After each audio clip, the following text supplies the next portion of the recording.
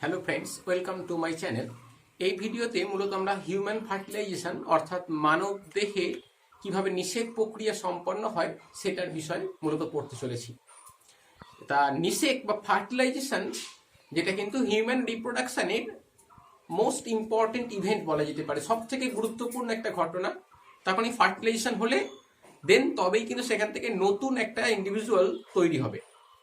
তা সেই ফার্টিলাইজেশন কাকে বলে এবং সেই ফার্টিলাইজেশন প্রক্রিয়াটা মোট 8টি ধাপের মাধ্যমে ধীরে ধীরে ধীরে ধীরে কিন্তু সম্পন্ন হতে থাকে। সেই টোটাল প্রক্রিয়াটা আমরা আস্তে আস্তে ধাপে ধাপে জানার চেষ্টা করব এই ভিডিওর মাধ্যমে। আমরা ফার্টিলাইজেশন বা নিষেক বা গর্ভাধান এই প্রক্রিয়াটার বিষয়ে জানার চেষ্টা করবো এই ভিডিওর মাধ্যমে। তা প্রথমে আগে যদি আমাদের ডেফিনেশন বলতে হয়, একদম সহজ করে যদি ডেফিনেশন আমরা বলি তাহলে আমরা বলবো যে fusion of male and female gamete to form zygote is called fertilization. অর্থাৎ কি বলা হয়েছে না, fusion of male and female gamete, অর্থাৎ মেল গ্যামেট মানে পুং গ্যামেট আর ফিমেল গ্যামেট মানে স্ত্রী গ্যামেট, সেই পুং গ্যামেট আর স্ত্রী গ্যামেটের মিলনের মাধ্যমে জাইগোট তৈরি হওয়ার যে প্রক্রিয়া, যে জাইগোটটা হয় কিন্তু ডিপ্লয়েড প্রকৃতির, আর এই মেল গ্যামেট এটাও হয় হ্যাপ্লয়েড প্রকৃতির, ফিমেল গ্যামেটও কিন্তু হয় হ্যাপ্লয়েড প্রকৃতির। অর্থাৎ বলা হচ্ছে কি বিষয়টা না, স্পার্ম হ্যাপ্লয়েড প্রকৃতির আর ওভাম বা এগ হ্যাপ্লয়েড প্রকৃতির, সেই দুটো মিলে যখন ডিপ্লয়েড প্রকৃতির জাইগোট তৈরি হবে সেই প্রক্রিয়াটা কি বলা হয় ফার্টিলাইজেশন। এটা হচ্ছে নিষেকের সব থেকে শর্ট ডেফিনেশন। কিন্তু অ্যাকচুয়ালি যদি বলা হয় যে শুক্রাণু ডিম্বাণুর মিলন প্রক্রিয়ার মাধ্যমে জাইগোট তৈরি হওয়াকে আমরা বলছি নিষেক। তা সেই প্রক্রিয়াটা অ্যাকচুয়ালি স্টার্ট হচ্ছে কখন থেকে, মানে দুটোর কি মিশে যাওয়াটা থেকে স্টার্ট হচ্ছে, না একে অপরের সংস্পর্শে আসা থেকে স্টার্ট হচ্ছে, না জাইগোট তৈরি হওয়া থেকে স্টার্ট হচ্ছে, আর শেষই বা কখন হচ্ছে, জাইগোট পুরোপুরি তৈরি হয়ে গিয়ে শেষ হচ্ছে নাকি জাইগোট তৈরি হওয়ার পর আরো কিছু ঘটনাবলী ঘটে শেষ হচ্ছে। এই সমস্ত বিষয়গুলো ক্লিয়ার করতে গেলে তাহলে কিন্তু আমাদের ফার্টিলাইজেশনের একটা বড় ডেফিনেশন বা একটা বড় থেকে বড় কথা কমপ্লিট ডেফিনেশন জেনে রাখা দরকার। সেটা কি না, সেই কমপ্লিট ডেফিনেশনটাতে বলা হচ্ছে যে ফার্টিলাইজেশন বা নিষেক is a molecular and cellular process. অর্থাৎ নিষেক কিন্তু একটা কোষীয় এবং আণবিক প্রক্রিয়া। যে প্রক্রিয়াটা শুরু হয় কখন না, বলা হচ্ছে না it begins with the contact of male and female gamete. তার মানে উইথ দি কন্ট্যাক্ট অফ আমরা বলতে পারি কি না স্পার্ম অ্যান্ড ওউসাইট। তখন মনে রাখতে হবে নিষেক ঘটার পরে কিন্তু ওজেনেসিস কমপ্লিট হয়ে তবে এগটা তৈরি হয়, তার আগে পর্যন্ত সেটা কিন্তু সেকেন্ডারি ওসাইট থাকে। আমরা বলতে পারি যে fertilization is a process, is a molecular and cellular process in which it begins with the contact of male and female gamete or with the contact of sperm and oocyte and ends, this process ends with the intermingling of male and female gamete, with the intermingling of male and female chromosome বা বলতে পারি paternal and maternal chromosome. অর্থাৎ এই প্রক্রিয়াটা শেষ হয় কখন না, যখন পিতৃ এবং মাতৃ ক্রোমোজোমের মিশ্রণ ঘটে। ইন্টারমিংলিং কথা মানে হচ্ছে মিক্সিংটা হয়, এবং কখন টাইমটা কখন বা কোন ঘটনাটা যখন ঘটছে, এই ঘটনা তখন কোন ফেজে থাকে, কোন দশায় না, it ends at the first mitotic division of the zygote. অর্থাৎ জাইগোটের প্রথম মাইটোটিক ডিভিশন যখন হচ্ছে, তারও আবার মেটাফেজ দশায় যদি স্পেশালি বলা হয়, তখন কিন্তু এই ফার্টিলাইজেশন প্রসেসটা শেষ হয়। তাহলে ফার্টিলাইজেশনের কমপ্লিট ডেফিনেশনটা যদি আমরা বলি তাহলে এমন হবে যে fertilization is a molecular and cellular process in which it begins with the contact of sperm and oocyte and ends with the intermingling of paternal and maternal chromosome at the metaphase stage of first mitotic division of zygote। অর্থাৎ জাইগোটের দ্বিতীয় mitotic ডিভিশনের জাইগোটের প্রথম mitotic ডিভিশনের metaphase দশায় কিন্তু এই fertilisation প্রক্রিয়াটা পুরোপুরি কমপ্লিট হচ্ছে। এই হয়ে গেল ফার্টিলাইজেশনের কমপ্লিট ডেফিনেশন। আমাদের আরেকটা বিষয় যেটা খেয়াল রাখতে হবে, অলরেডি আমরা ফিমেল রিপ্রোডাক্টিভ সিস্টেম দেখেছি। সেই ফিমেল রিপ্রোডাক্টিভ সিস্টেমের পার্টিকুলার কোন জায়গাটাতে ফার্টিলাইজেশন সম্পন্ন হয় সেটার বিষয়েও কিন্তু আমরা অবগত হয়েছি।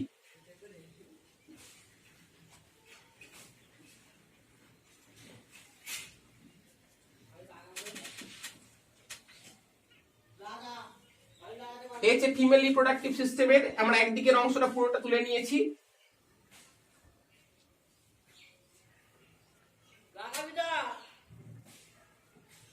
এখানে আমরা এই জায়গাটাকে বলা হয় ভ্যাজাইনা, এখানটা হচ্ছে ইউটেরাস বা ওম্ব, এটা হচ্ছে ফেলোপিয়ান টিউব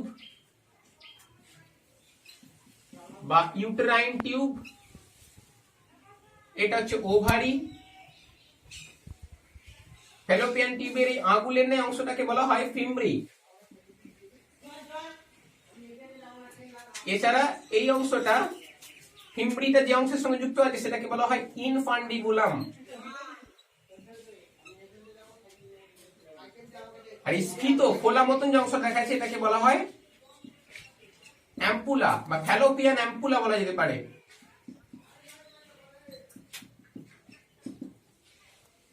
এছাড়া এই জায়গাটাকে ইস্থমাস বলা হয়। এটা আমরা অলরেডি আগেই অবগত হয়েছিলাম। তা এই অংশগুলোর মধ্যে সাইট অফ ফার্টিলাইজেশন অর্থাৎ এই যে নিষেক প্রক্রিয়া এটা সম্পন্ন হয় কোথায়, না এই ফ্যালোপিয়ান অ্যাম্পুলাটাতে। এইটা কি বলা হয় কিন্তু সাইট অফ ফার্টিলাইজেশন, অর্থাৎ এটাই হচ্ছে নিষেকের স্থান। তার মানে কি যেটা হয় সেটা হচ্ছে এই যে ওভারি বা ডিম্বাশয়, এই যে ওভাল শেপ স্ট্রাকচারটা দেখতে পাচ্ছি, এই ডিম্বাশয়ের ভেতরেই থাকে কি না গ্রাফিয়ান ফলিকেল, তার ভেতরে রয়েছে সেকেন্ডারি উসাইটটা। তো মেনস্ট্রুয়াল সাইকেলের 14th ডেতে কি হয় না এই গ্রাফিয়ান ফলিকেল থেকে কিন্তু সেকেন্ডারি উসাইটটা বেরিয়ে চলে আসে কোথায়, না প্রথমে ফিমব্রি পার্টটাতে চলে আসে। এবং যেটা দেখা যায় কি না ঠিক ওই 14th ডের আগের দিন থেকে এই ফিমব্রিয়া গুলোর মধ্যে কিন্তু একটা বিশেষ মুভমেন্ট লক্ষ্য করা যায়, যেটাকে বলা হয় সুইপিং মুভমেন্ট বা সুইপিং অ্যাকশন। অর্থাৎ এই ডিম্বাশয়ের উপরে ঝাঁট দেওয়ার মতন একটা প্রক্রিয়া কিন্তু সম্পন্ন করতে থাকে, যার ফলস্বরূপ কি হয় না এই ওভারির মধ্যে তৈরি হওয়া সেকেন্ডারি ওসাইটটা কিন্তু ফিমব্রিতে চলে আসে। আর ফিমব্রির ইনার সারফেসটায় রয়েছে কিন্তু অসংখ্য সূক্ষ্ম সূক্ষ্ম সিলিয়া। সেই সিলিয়াগুলো আন্দোলিত হয়ে কি করে না সিলিয়াগুলো কিন্তু অসংখ্য সিলিয়া আছে, সেগুলো আন্দোলিত হয়ে সেকেন্ডারি ওসাইটটাকে নিয়ে চলে আসে ফ্যালোপিয়ান নালীর অ্যাম্পুলা নামক অংশটাতে। তাহলে খুবই ইন্টারেস্টিং একটা ঘটনা ঘটে না মেনস্ট্রুয়াল সাইকেলের 14th ডেট ঠিক আগের দিন থেকে ফিমব্রিয়া গুলোর মধ্যে কিন্তু সুইপিং অ্যাকশন দেখতে পাওয়া যায়। অর্থাৎ এর উপরে কিন্তু ঝাড়ু দেবার মতন করতে থাকে ডিম্বাশয়ের উপরে, যাতে এই গ্রাফিয়ান ফলিকেল থেকে বেরিয়ে আসা সেকেন্ডারি ওসাইটটাকে কালেক্ট করতে পারে। কালেক্ট করার পর এই ফিমব্রিয়ার ভেতরে রয়েছে কি অসংখ্য সুতোর মতন গঠন, যেগুলোকে সিলিয়া। সেই সিলিয়া গুলোর কিন্তু মুভমেন্ট হতে থাকে। আর সিলিয়া গুলোর মুভমেন্ট হওয়ার সাথে সাথে কি হয় না সেকেন্ডারি ওসাইটটা কিন্তু এই ফিমব্রিয়া থেকে ইনফান্ডিবুলাম হয়ে কিন্তু আলটিমেটলি অ্যাম্পুলাতে চলে যায়। এখানে যেটা বিষয়টা অবশ্যই মাথায় রাখতে হবে, ফিমেল গ্যামেট কিন্তু হয় কি না ইমমর্টাইল, অর্থাৎ কিন্তু চলাচল করতে পারে না, গমনে অক্ষম। তাই ওভামটা কিন্তু নিজে, যদি এটা অ্যাকচুয়ালি ওভাম নয় সেকেন্ডারি ওসাইট, সে কিন্তু নিজে কখনোই অ্যাম্পুলাতে আসতে পারবে না, কারণ সে কিন্তু চলাচলে অক্ষম, চলন ক্ষমতাহীন, নন মটাইল প্রকৃতির। তাহলে তাকে নিয়ে আসে কিন্তু এই ইউটেরাইন টিউব বা ফ্যালোপিয়ান টিউবের ফিমব্রি নামক অংশটা। এরপর যেটা হয় সেটা হচ্ছে ফার্টিলাইজেশনের প্রক্রিয়াটা শুরু হয় কোনটা দিয়ে না শুরু হয় মূলত এই ফিমেল রিপ্রোডাক্টিভ ট্র্যাক্ট বা ভ্যাজাইনা, এখানে কিন্তু সিমেন নিক্ষেপিত হওয়ার মাধ্যমে। আর যেটা কি বলা হয় ফার্টিলাইজেশনের প্রথম ধাপ। তাহলে এটা একটা মাল্টিপল বা মাল্টি স্টেপ মেকানিজম বলা যেতে পারে, ইভেন্ট বা মেকানিজম। যে মেকানিজমের প্রথম ফার্স্ট স্টেপটাকে কি বলা হচ্ছে না ইনসেমিনেশন। ইনসেমিনেশন বা এটাকে বলা যেতে পারে শুক্রাণুর আগমন। কি হয় না ইনসেমিনেশন কথার মানে হচ্ছে মেল বডির মধ্যে তৈরি হওয়া সিমেন্টটা পেনিসের মাধ্যমে কিন্তু ফিমেল রিপ্রোডাক্টিভ ট্র্যাক্টের মধ্যে নিক্ষেপিত হবে। এই প্রক্রিয়াটাকে ইনসেমিনেশন বলা হয়। এবং যেটা জেনে রাখতে হবে আমাদের, ওয়ান ইজাকুলেট অর্থাৎ একবার নিক্ষেপিত হওয়ার মাধ্যমে কি হয় না, অ্যাপ্রক্সিমেটলি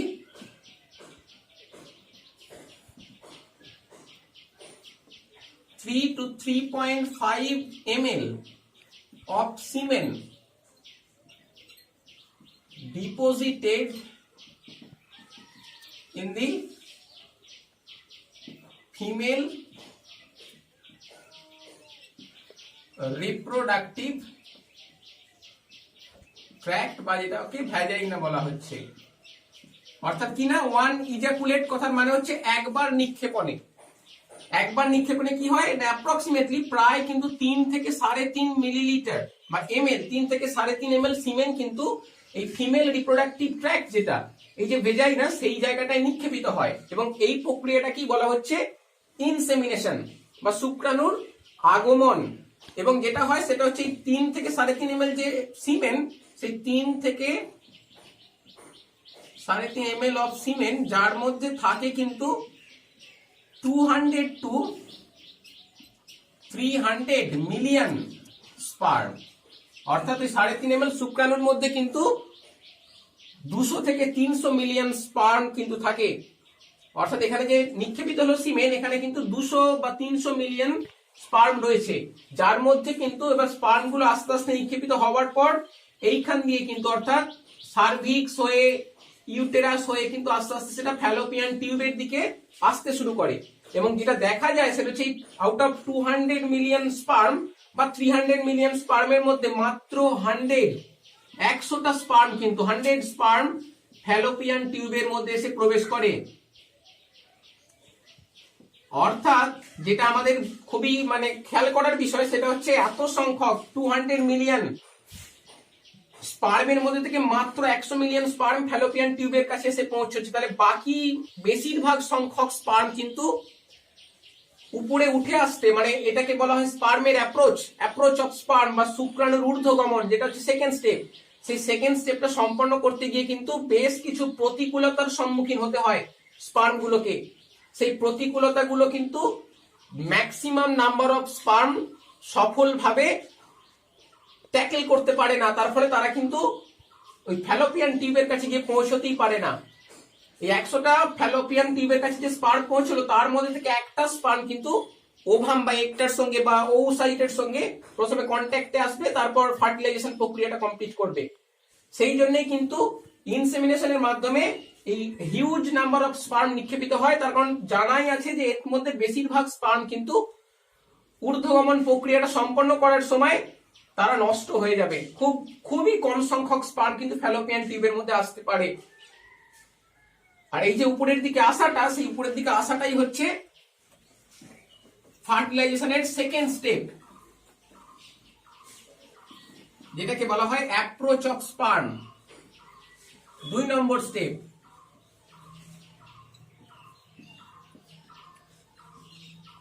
বা এটাকে বলতে পারি আমরা শুক্রাণুর ঊর্ধ্বগমন। তাই এখানে কি হয় না, অ্যাপ্রোচ অফ স্পার্মের মধ্যে শুক্রাণুকে কিন্তু উপরের দিকে উঠতে গিয়ে বেশ কিছু প্রতিকূলতার সম্মুখীন হতে হয়। আবার দেখা যায় কিনা প্রতিকূলতাগুলোকে কিন্তু ট্যাকেল করে কিছু সংখ্যক স্পার্ম কিন্তু উপরে উঠে আসতে পারে। সেই উপরে উঠে আসার জন্য সাহায্য করে বেশ কিছু বিষয়। তা প্রথমে আমরা যেগুলো সাহায্য করে সেগুলোর বিষয়ে খেয়াল করবো। 1 নম্বরে ল্যাশিং মুভমেন্ট অফ স্পার্ম টেল, অর্থাৎ শুক্রাণুর যে টেল, পুচ্ছের কথা আমরা পড়েছি, সেই পুচ্ছের এক বিশেষ রকমের কিন্তু মুভমেন্ট আছে। সেই মুভমেন্টটা তাকে উপরের দিকে কিন্তু উঠে যেতে সাহায্য করে। 2 নম্বরে যেটা সাহায্য করে সেটা হচ্ছে প্রোস্টাগ্ল্যান্ডিন।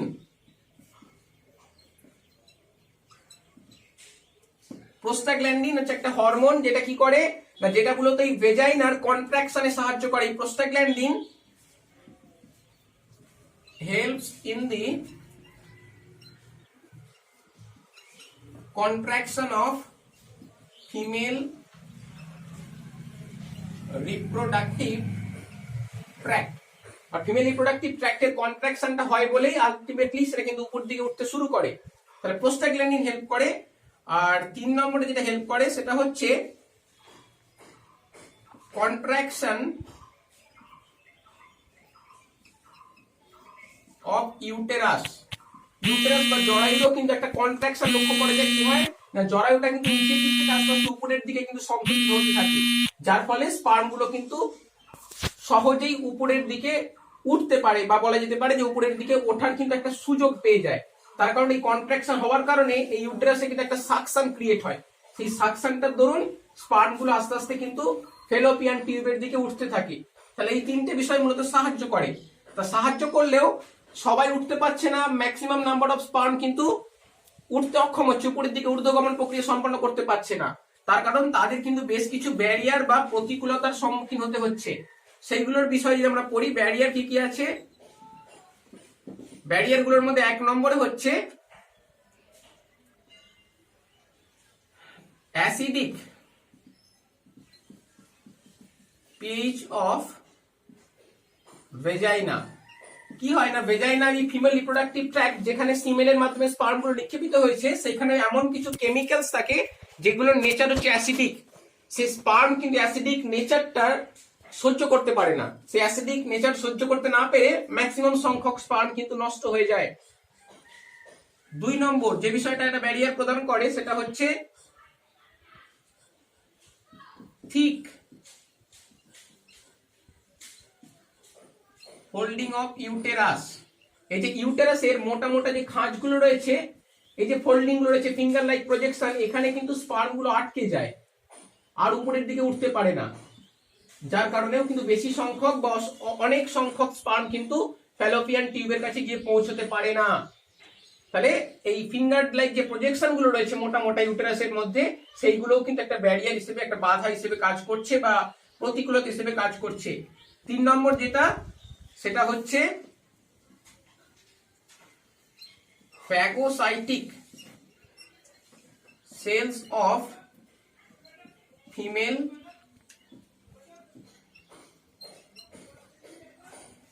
Reproductive tract. এই ফিমেল রিপ্রোডাক্টিভ ট্র্যাক্ট বা ভেজাইনাতে বেশ কিছু কিন্তু ফ্যাগোসাইটিক সেল আছে। ফ্যাগোসাইটিক সেল মানে যে সেলগুলো কিন্তু আমাদের দেহের ডাব্লিউবিসির মতন একটা বিশেষ প্রক্রিয়া সম্পন্ন করে, যেটার নাম হচ্ছে ফ্যাগোসাইটোসিস বা আগ্রাসন। সেই প্রক্রিয়াতে কি করে না, স্পার্ম গুলোকে এনগালফ করে নেয়, স্পার্ম গুলোকে গিলে নেয়, তার ফলে কিন্তু স্পার্ম গুলো গিয়ে পৌঁছতে পারে না। এই হয়ে গেল বিষয়গুলো যেগুলো কিন্তু বাধা দেওয়ার চেষ্টা করে। এবং এই যে যখন অ্যাপ্রোচ অফ স্পার্ম অর্থাৎ শুক্রাণুর ঊর্ধ্বগমন চলছে, তখনই কিন্তু একটা বিশেষ ঘটনা ঘটে। যে ঘটনাটা কিন্তু আমাদের অবশ্যই মনে রাখতে হবে, সেটাকে বলা হয় ক্যাপাসিটেশন। ক্যাপাসিটেশন কাকে বলে না, এই ক্যাপাসিটেশন কাকে বলে না, যখন এই ফিমেল রিপ্রোডাক্টিভ ট্র্যাক্টে থাকাকালীন অবস্থাতে স্পার্ম গুলো ফাংশনাল ম্যাচিউরিটিটা অর্জন করে, অর্থাৎ তারা কার্যগতভাবে সক্রিয় হয়, অর্থাৎ ফার্টিলাইজেশন বা নিষেকের ক্যাপাসিটি অর্জন করে বলা যেতে পারে। সেই প্রক্রিয়াটা কি বলা হয়, ক্যাপাসিটেশন। অর্থাৎ আমরা বলতে পারি যে sperm in this process, sperm attain functional